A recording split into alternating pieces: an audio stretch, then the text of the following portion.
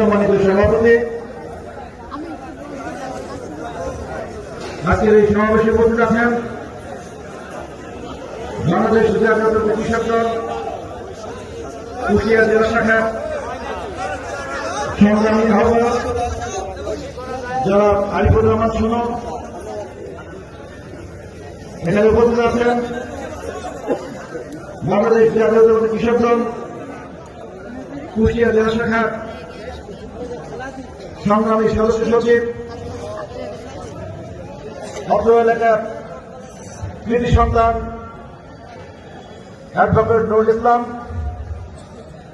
এখানে উপস্থিত আছেন কৃষক দলের নেতৃবৃন্দ, বাংলাদেশ জাতীয়তাবাদী দলের বিভিন্ন পর্যায়ের নেতৃবৃন্দ এবং আমার সামনে উপস্থিত অত্র এলাকার কৃষক ভাই, আসসালামু আলাইকুম। আপনারা ইতিমধ্যে শুনেছেন এবং জেনেছেন আজকের এই সমাবেশ কোন রাজনৈতিক সমাবেশ নয় বা কোন গতানুগতিক সমাবেশ নয়। আপনারা এই ব্যানারের দিকে তাকালে দেখতে পাবেন যে এটা কিন্তু একটা নতুন ধরনের সমাবেশ। আজকের এই প্রোগ্রামে কোন প্রধান অতিথি, কোন প্রধান বক্তা, কোন অতিথি এমন বিশেষ কিছু নেই। আপনারা ইতিমধ্যে লক্ষ্য করেছেন এই প্রোগ্রামটা স্পেশালি ডিজাইন করা আমাদের অ্যাক্টিং চেয়ারম্যান জনাব তারেক রহমানের, এবং উনি বলেছেন বিগত দিনের এই স্বৈরাচারী খুনি হাসিনা সরকার এদেশের কৃষকদেরকে কিভাবে নির্যাতন নিপীড়ন করেছে। আপনারা ওনাদের কাছে যাবেন এবং ওনাদের কাছে শুনবেন। আপনারা এসেছি, আমরা এসেছি আপনাদের কাছে সেই নির্যাতন নিপীড়নের কথা শোনার জন্য। কিভাবে তারা এদেশের কৃষকদেরকে বঞ্চিত করেছে, কিভাবে তারা সিন্ডিকেট সৃষ্টি করে এদেশের কৃষি পণ্যের মান, এদেশের কৃষি পণ্যের মূল্য তারা আকাশচুম্বী করেছিল, সেই ঘটনা আমরা শোনার জন্য এসেছি। আমরা প্রথমেই শুনেছি এক কৃষক ভাই বলেছেন যে সাংবাদিকরা লেখে পেঁয়াজের মূল্য সেঞ্চুরি করেছে, মরিচের মূল্য ডবল সেঞ্চুরি, এ কথা আমরা সবাই জানি। কিন্তু এই সেঞ্চুরি করলেও এই সেঞ্চুরির কোন অংশ আমার কৃষক ভাইরা কিন্তু পায় না। এই সেঞ্চুরির সমস্ত অংশই ওই সিন্ডিকেট এবং ওই খুনি হাসিনা সরকারের ওই দোষকদের পকেটে দিয়েছে। বন্ধুগণ, আমরা বলতে চাই এদেশের কৃষির এবং কৃষকের যত উন্নয়ন হয়েছে তার সিংহভাগ হয়েছে বাংলাদেশ জাতীয়তাবাদী দলের হাত ধরে এবং দেশনেত্রী বেগম খালেদা জিয়া এবং শহীদ রাষ্ট্রপতি জিয়াউর রহমানের হাত ধরে। স্বাধীনতার পরে সারা পৃথিবীর মানুষ এই বাংলাদেশকে তলাবিহীন ঝুড়ি হিসেবে আখ্যা দিয়েছিল।